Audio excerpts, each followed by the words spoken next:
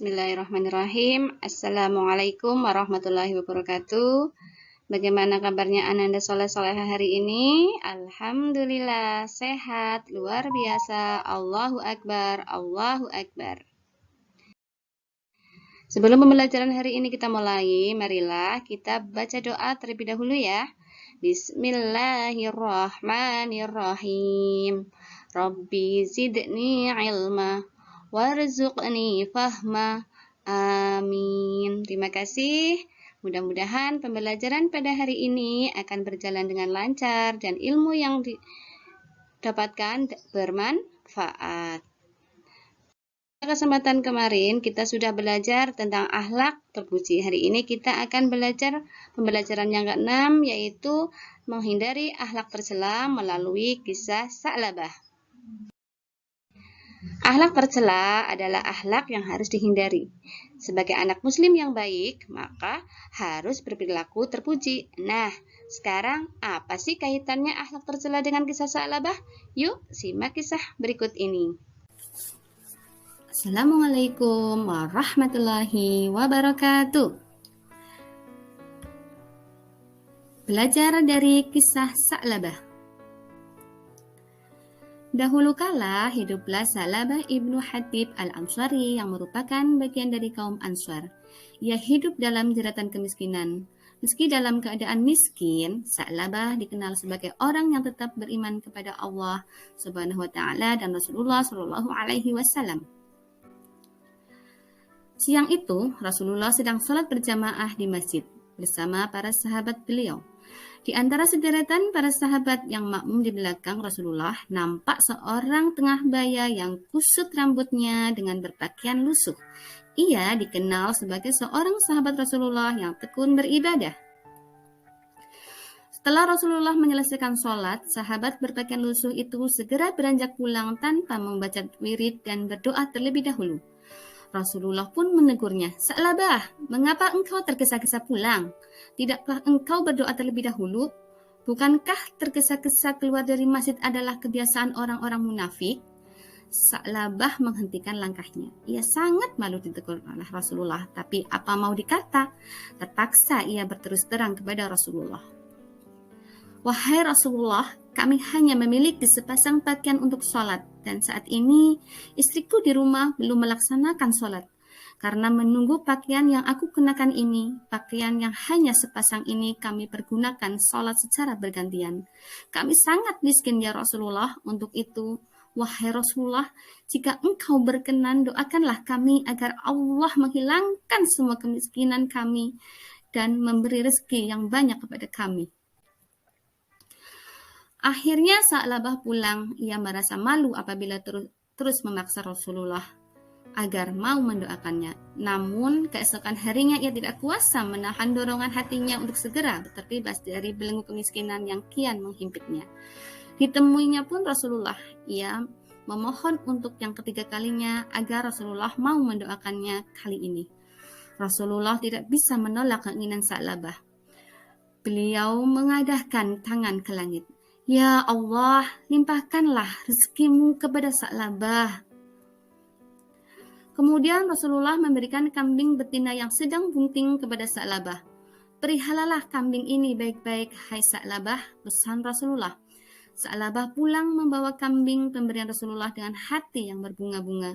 Dengan modal kambing serta doa Rasulullah, "Aku yakin aku akan menjadi orang yang kaya raya."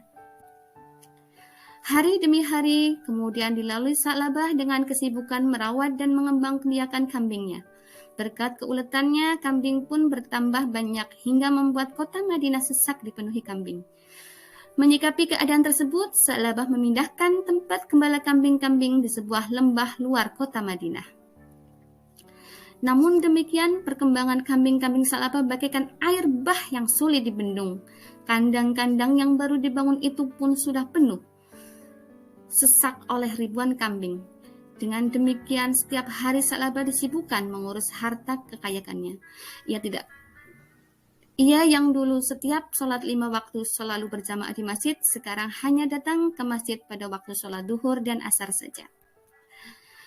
Sampai Rasulullah pun bertanya kepada sahabat-sahabatnya, "Wahai sahabatku, sudahkah Sudah sekian lama Sa'labah tidak kelihatan di masjid. Tahukah kalian bagaimana keadaannya sekarang? Wahai Rasulullah, Sa'labah sudah menjadi orang kaya. Lembah-lembah di Madinah maupun di luar Madinah telah penuh sesak dengan kambing-kambing Sa'labah, hai Rasulullah. Benarkah? Mengapa ia tidak pernah menyerahkan sedekahnya sedikit pun? Rasulullah pun mengutus sahabat untuk menjadi amil zakat menemui Sa'labah. Tak disangka Sa'labah mukanya berubah merah. Ia berang. Apa-apaan ini? Kalian mengatakan ini zakat, tetapi ini menurutku lebih tepat disebut upeti, pajak. Sejak kapan Rasulullah menarik upeti? Hahaha, aku bisa rugi. Kalian pulang saja sana, aku tidak mau menyerahkan hartaku. Ini adalah hasil jerih payahku. Utusan Rasulullah itu lalu menyampaikan apa yang dikatakan Sa'labah hingga membuat Rasulullah SAW geram. Rasulullah berkata, sungguh celaka Sa'labah, sungguh celaka ia. Kejadian yang dialami Sa'labah di atas menjadi sebab turunnya surah At-Taubah ayat 75-76. A'udzu billahi minasyaitonir rajim. Bismillahirrahmanirrahim. ومنهم من عاهد الله لئن آتانا من فضله لنصدقن ولنكونن من الصالحين فلما آتاهم من فضله بخلوا به وتولوا وهم معرضون. Shadaqallahul Adzim. Sa'labah tertegun. Ia baru sadar bahwa nafsu angkara murka telah lama memperbudaknya. Kini ia bergegas menghadap Rasulullah dengan membawa zakat dari seluruh hartanya. Namun Rasulullah tidak berkata apa-apa kecuali hanya sepatah kata. Sebab kedurkahaanmu, Allah melarangku untuk menerima zakatmu, hai Sa'labah. Sa'labah berjalan lunglai kembali ke rumahnya. Hari-hari dalam hidupnya hanya dipenuhi dengan penyesalan yang tiada arti. Sampai suatu hari terdengar kabar Rasulullah telah wafat. Ia semakin bersedih karena taubatnya tidak diterima oleh Rasulullah hingga beliau wafat.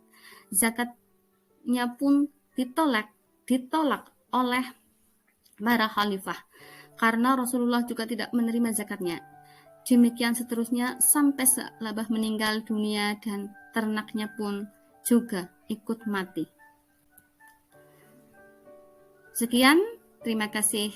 Wassalamualaikum warahmatullahi wabarakatuh. Dari kisah Sa'labah tadi yang telah kalian saksikan, kira-kira akhlak tercela apa sih? Akhlak tercela adalah akhlak yang harus dihindari karena dapat membahayakan dan merugikan diri sendiri dan orang lain. Kira-kira contoh akhlak tercela apa sih yang didapat dari kisah Sa'labah? Ya, yang pertama, tidak menepati janji, kikir, sombong, kufur nikmat. Apa sih artinya kufur nikmat?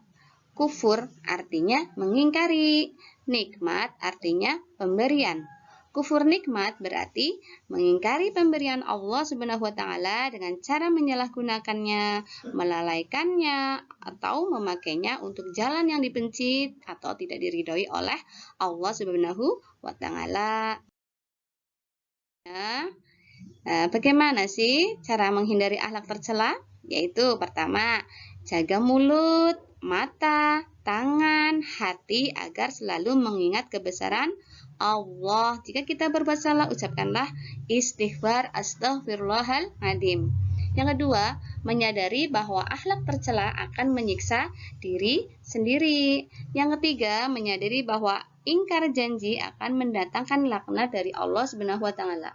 Mudah-mudahan kita terhindar dari akhlak-akhlak tercela tersebut. Amin amin ya rabbal alamin. Selanjutnya, Akibat perilaku tercela. Akibat perilaku tercela diantaranya yaitu 1.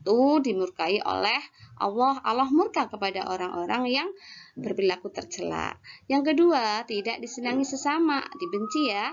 Yang ketiga, kesengsaraan di dunia dan akhirat dan mendapat azab. Apa sih kira-kira hikmah yang dapat diambil dari kisah Sa'labah? Yang pertama, selalu beribadah baik ketika sempit maupun lapang, menghindari sifat takabur dan kikir, beribadah hanya karena Allah bukan karena yang lain, ikhlas karena Allah. Yang keempat, selalu menepati janji dan taat kepada Allah Subhanahu wa taala. Mudah-mudahan kita terhindar dari sifat-sifat tercela yang dimiliki oleh Sa'labah. Nah, jika kamu berbuat baik, berarti kamu berbuat baik bagi dirimu sendiri. Dan jika kamu berbuat jahat, maka kejahatanmu itu bagi dirimu sendiri juga. Jadi, walaupun perbuatan baik itu kecil, insya Allah akan mendatangkan perbuatan baik yang besar. Terima kasih. Mudah-mudahan bermanfaat. Assalamualaikum warahmatullahi wabarakatuh.